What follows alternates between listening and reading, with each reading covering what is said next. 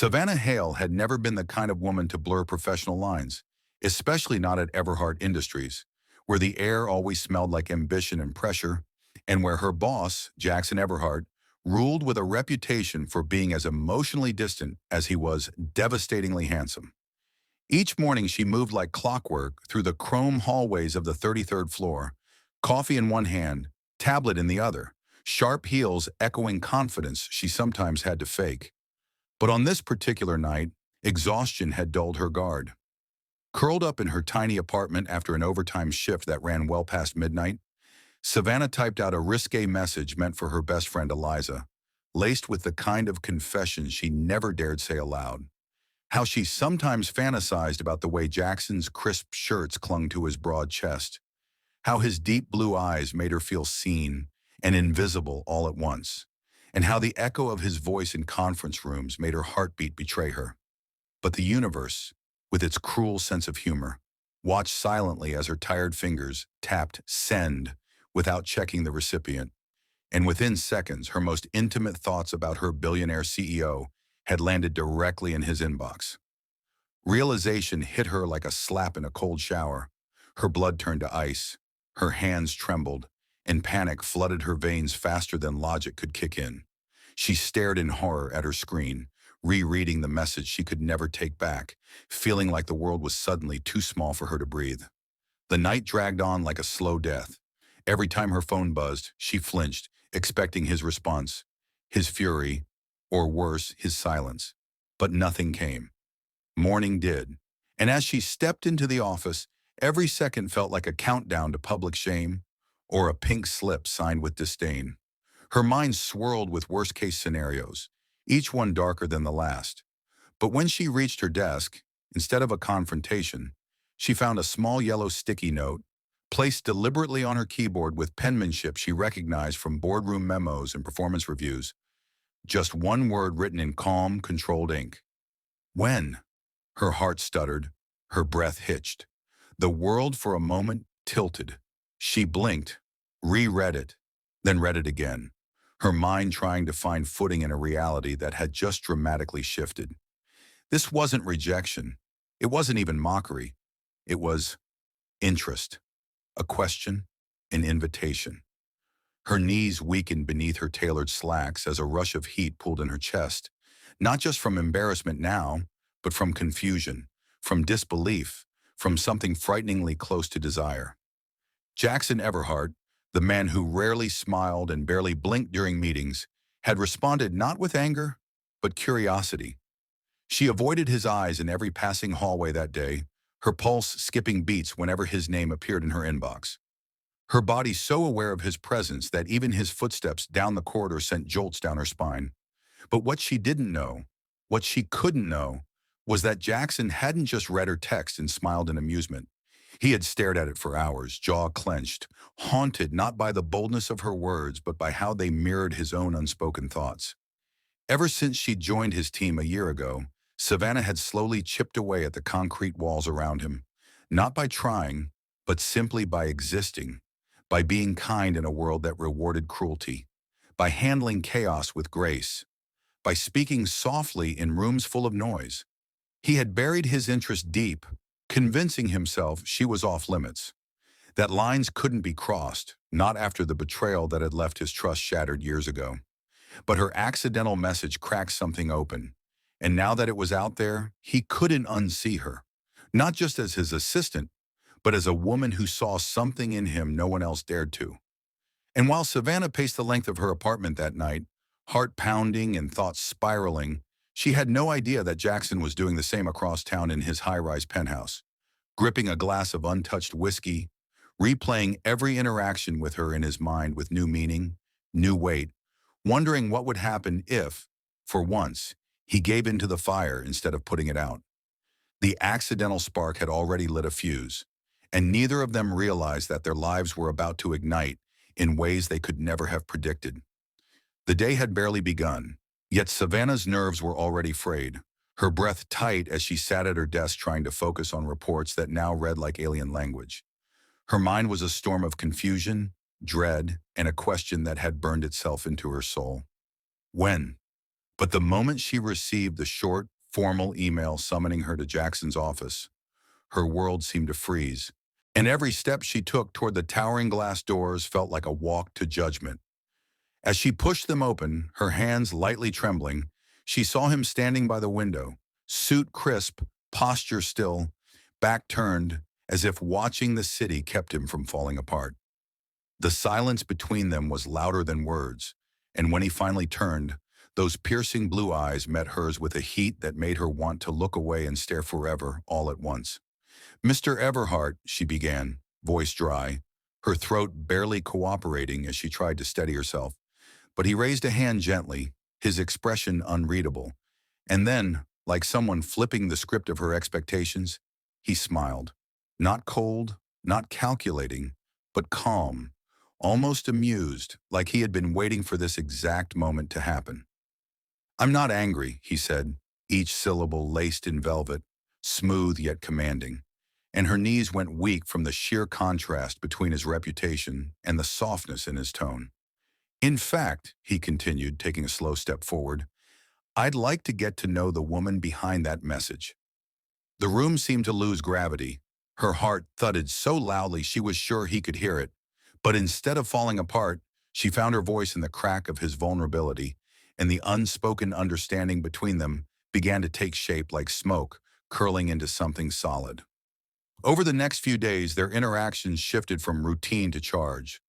Longer meetings that lingered past business, coffees shared under soft lighting where their fingers brushed too casually to be accidents, passing glances that burned hotter than summer, and silences that felt like confessions without words. Savannah found herself memorizing the way his jaw flexed when he was frustrated, the almost invisible smile that tugged at his lips when she made a sarcastic comment, the way he looked at her like she wasn't just a part of the company, but a part of something he needed.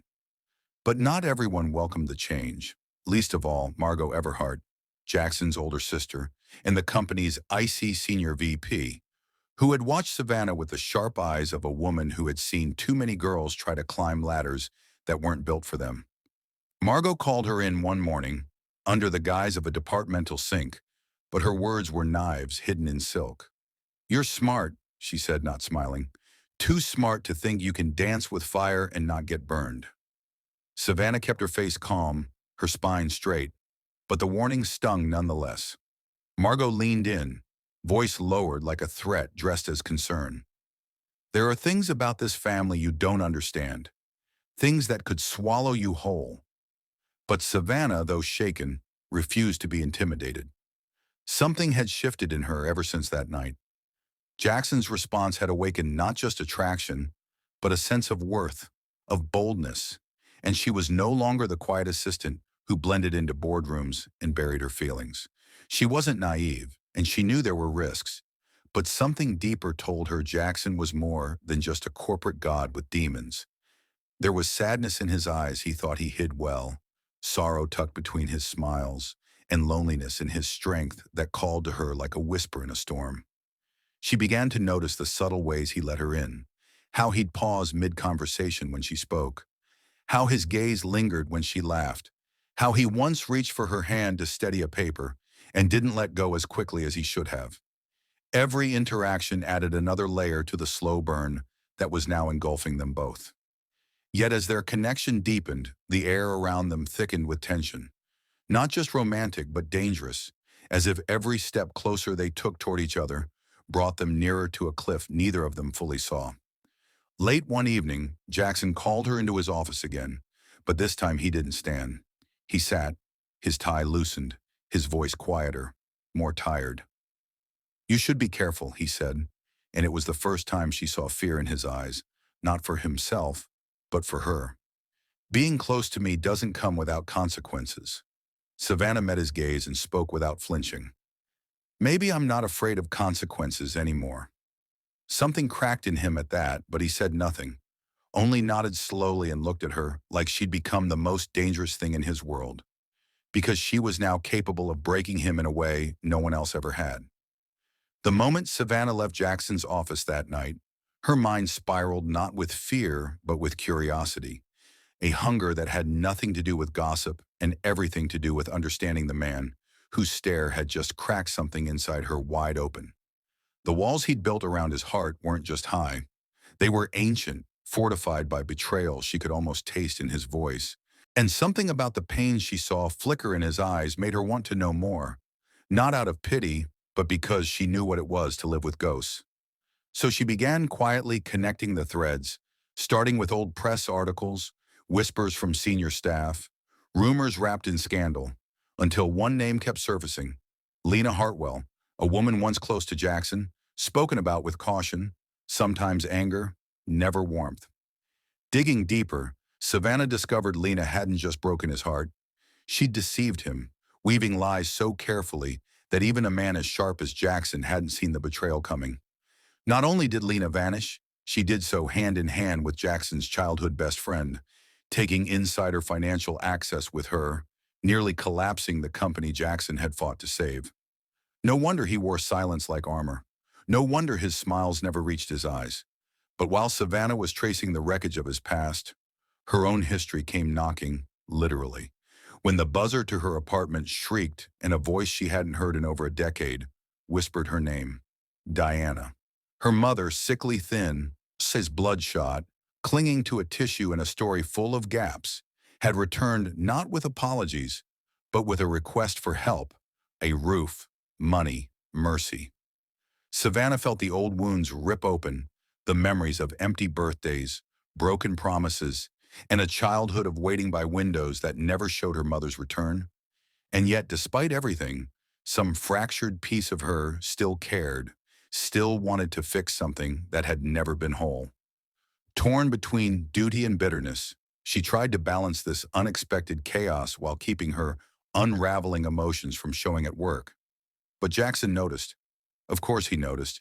He saw past her straightened hair and polite smile, past the stack of spreadsheets and color-coded tasks.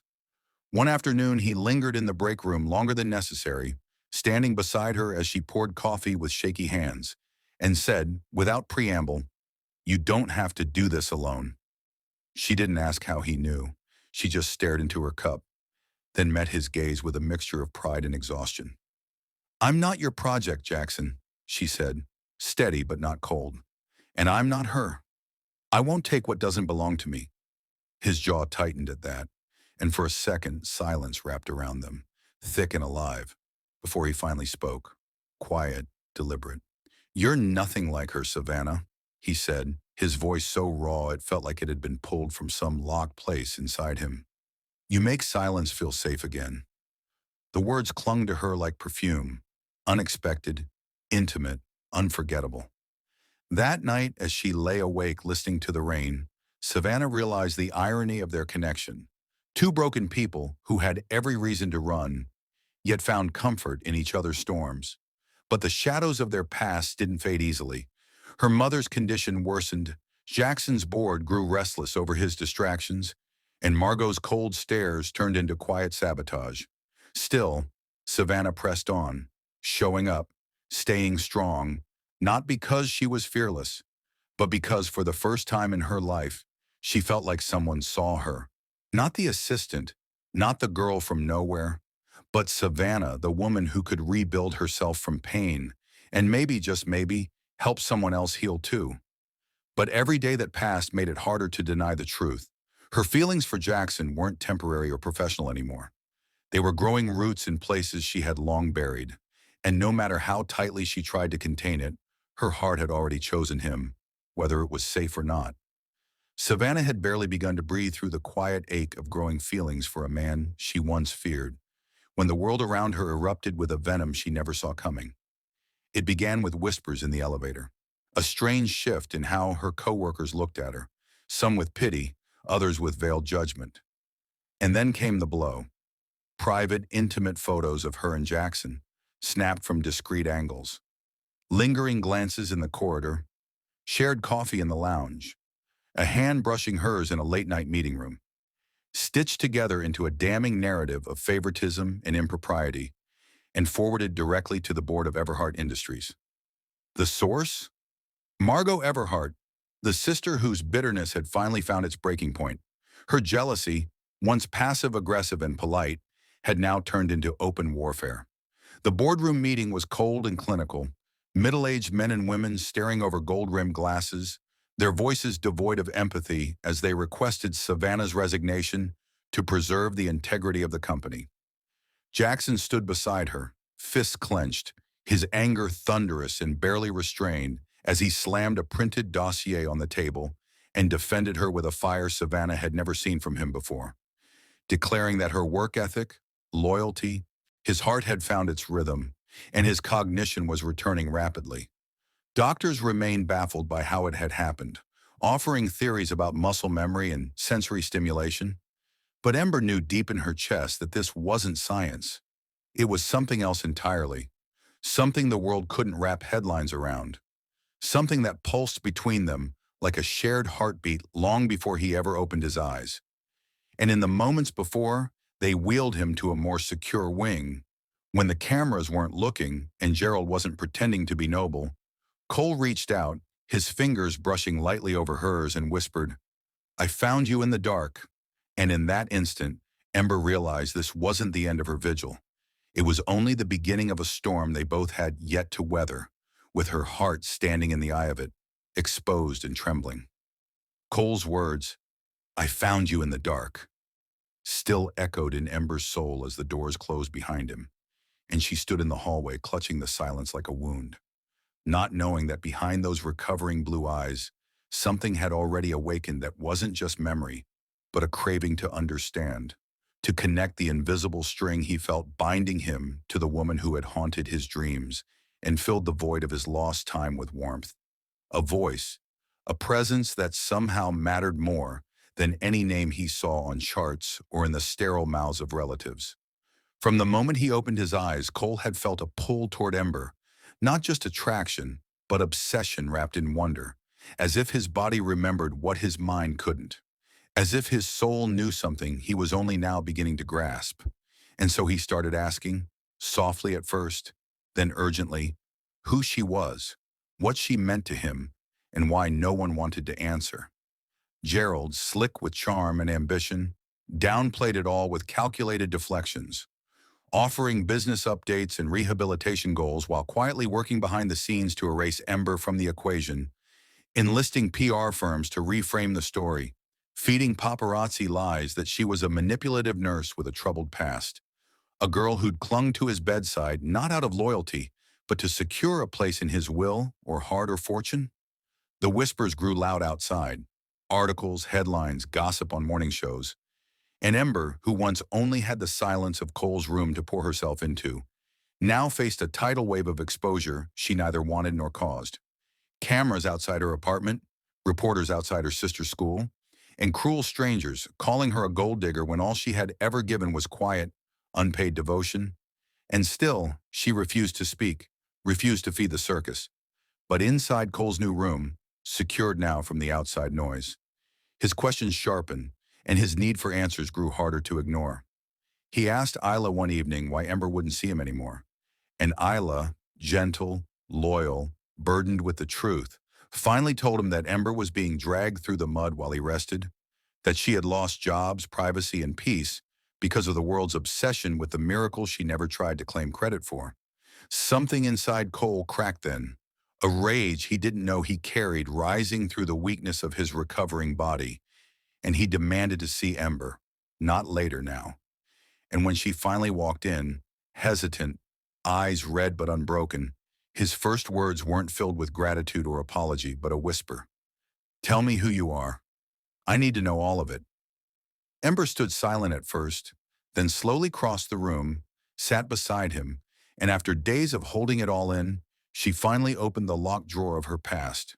The death of her brother Liam after being silenced by corporate power, her mother's breakdown, her abandoned dreams of medicine, the years she spent in the shadows just trying to survive without falling apart, and the day she took the job no one else wanted.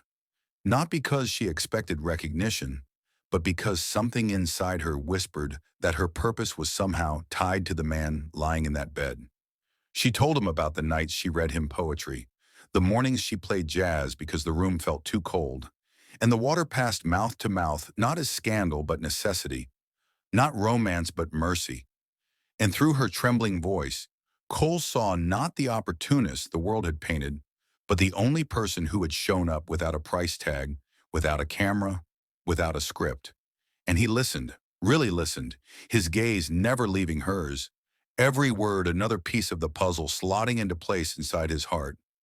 Not his mind, not his memory, but the part of him that had felt alive only in her presence.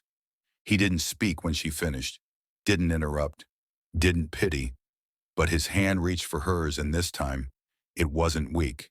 It was firm, intentional, steady. That night, long after she left, he stared out the window into the dark.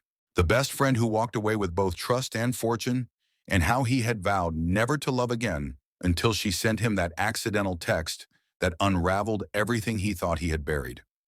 Savannah listened without judgment, her fingers slowly finding his as he spoke, grounding him with touch where words once failed. His voice faltered when he said, "You didn't just wake something up in me. You reminded me I still had something left to give." And when the silence came again, it wasn't awkward. It was full of understanding. Under the blanket of stars, he leaned in slowly, asking without words. And when she met him halfway, their lips touched, not in hunger, but in healing, a kiss that was soft and slow and deep, one that said, "I see you, I choose you, I forgive you." It wasn't a kiss of passion, but of promise, a quiet vow that despite the noise of the world, this moment was theirs alone. And as they stood there, hearts pressed together, souls untangling in the moonlight, Savannah knew that no matter what storm still waited, this was real. This was love, the kind that doesn't need fireworks or grand gestures, only truth, only time, only two broken people willing to build something whole from the pieces they never thought would fit. As the wind quieted and the stars blinked gently above the waves, Savannah rested her head on Jackson's shoulder, not because she was tired, but because, for the first time in a long time, she felt safe, like her heart had a place to land. But while they found peace in each other's arms, the world behind them was far from still. In the boardrooms of Everhart Industries, secrets were unraveling with deadly precision as whispers of financial discrepancies linked to Margot began to surface. And those who once sided with her now distanced themselves with the speed of self-preservation. Jaxon, no longer distracted by fear or emotion, faced the fallout with measured strength, confronting Margot with files in hand, numbers she couldn't deny, and a calmness that was more terrifying than rage. She tried to defend herself, blaming oversight, pressure, loyalty to their late father. But Jaxon didn't flinch. Instead, he looked her in the eye and said, "This isn't about who failed who. It's about who chose to lie," before relieving her of her position, not with cruelty, but with finality. It was the hardest decision he'd ever made, family or not. But he knew now that protecting rot only delays the collapse. Meanwhile, in a modest apartment tucked far from corporate towers and power plays, Savannah sat across from her mother for the first time in years, her heart a battlefield of resentment and sorrow as she waited for the apology she'd always longed for, but never expected. Diana looked older, more fragile, her voice brittle as she finally spoke. "I left because I was afraid of failing you, of becoming the mother mine was. I thought you'd be better without me." The confession cracked something in Savannah, not because it made everything okay, but because it gave shape to the silence that had haunted her for so long. Their confrontation was raw, tears thrown like daggers, voices raised, memories unearthed like landmines. But somewhere in the chaos, healing began, not through forgiveness, but through truth. Savannah didn't promise to forget, but she agreed to begin again, not for Diana, but for herself. Days later, she returned to the city not as a woman seeking approval, but as someone who finally knew her worth. Jaxon met her outside the Everhart building, with eyes full of light and a heart no longer burdened by lies. In the quiet sanctuary of his office, where once tension lived, he smiled and slid a sleek folder across the desk. "It's a new position," he said, voice low and hopeful. "Creative director, full autonomy, a partner, not an assistant." Savannah opened it, saw the title, the salary, the respect in every line, but closed it gently and looked him in the eye. Thank you, but I already have the role I want. He raised a brow, confused. She stepped closer, hand brushing his. I want to be beside you, not behind you. You don't need to give me a title to prove I matter. His breath caught, and she continued, voice steady and full of warmth. You already gave me the one thing I never thought I'd find in this world. Someone who sees me, not what I can do for them. Jaxon nodded slowly, the weight of every heartbreak he'd carried lifting with her words, and he reached for her hand, not to lead her, but to walk with her. They were no longer CEO and assistant, no longer just the girl who made a mistake and the man who read it. They were two people, flawed, scarred, healing, choosing each other in a world that had tried to tear them apart. And as they stood together beneath the glow of city lights, something unspoken bloomed between them. Not a promise of perfection, but of presence, of loyalty, of love that was no longer hidden behind silence or shame. The world felt quieter now, not because the noise had stopped, but because Savannah and Jaxon had finally learned how to listen to each other through the stillness. Their once fractured hearts now beat in tandem, learning the rhythms of healing not through grand gestures, but through everyday moments. The way he poured her coffee just the way she liked it without asking. The way she smoothed his collar before a meeting like second nature. The way their laughter came easier now, less like a defense and more like a melody. Neither of them realized they could sing. In the weeks that followed their emotional rebirth, life didn't become a fairy tale. It remained real, imperfect, and gloriously human. But this time, they faced its sharp corners together. Savannah spent her days sketching design concepts for underfunded nonprofits, pouring her creativity into something bigger than herself, while Jaxon, in between shareholder meetings and rebuilding his company's ethical backbone, carried a secret he had been crafting with precision, not in a boardroom, but in his heart. One evening, as spring bled into summer and the sun dipped behind velvet buildings, Jaxon picked her up in a black SUV with no explanation, only a small smile that hinted at mischief. Savannah, curious but trusting, allowed herself to be led into a quiet part of the city she didn't recognize, the kind of place where cobblestone kissed pavement and ivy clung to aging brick. He guided her to a small, elegant art gallery nestled between two forgotten bookshops, its windows glowing softly with golden light. Her name was etched in cursive on the door, Savannah Hale, through his eyes. Her breath caught before she even stepped inside, her fingers trembling as she pushed the door open, and was met with a silence so sacred it felt like a cathedral. The room was filled, wall to wall, with framed photographs, not stock images, not posed portraits, but raw, intimate glimpses of her life captured by someone who had clearly been watching not to control, but to honor. There was Savannah kneeling beside a little girl at the shelter, both mid-laugh, sunlight bouncing off her cheek. Savannah curled in a bookstore chair, lost in a tattered novel. Savannah dancing barefoot at the edge of the ocean in a red scarf that fluttered like flame. Savannah asleep against a window, a gentle smile tugging at her lips. It was her, but more than that, it was her through his eyes. Beautiful, brave, becoming. In the center of the room stood a single large canvas, captioned simply, "The text that saved me." Her knees weakened as she stared at it, an image of her from behind, arms raised, twirling like no one was watching. And yet someone had been. Jaxon stepped behind her quietly, wrapping his arms around her waist with a tenderness that made her want to cry. "You said once no one had ever really seen you," he whispered into her hair, voice low and reverent. "So I wanted to show you how I see you, how you saved me, Savannah." She turned slowly, tears welling in her eyes, her hand covering her heart, as if to protect it from shattering under the weight of his words. Before she could respond, Jaxon slowly dropped to one knee. Not with a ring, not with diamonds or flash, but with bare, trembling hands and eyes that held galaxies of truth. "I don't want to own you," he began, every syllable deliberate, rich with sincerity. "I don't want to cage you with promises I don't intend to keep or dazzle you with things that fade. I want to build with you from the ground up. I want to grow with you, even when it's messy, even when we disagree. I want to wake up beside you when we're gray and wrinkled and still arguing over who makes the best coffee. I want to love you, loudly, fiercely, honestly, for the rest of my life. The gallery fell away. The walls disappeared. The only thing Savannah could feel was the thundering of her heart as it collided with his. Her tears spilled freely, not from pain, but from a joy so full it nearly choked her. She dropped to her knees to meet him, cupping his face in both hands as her voice wavered with emotion.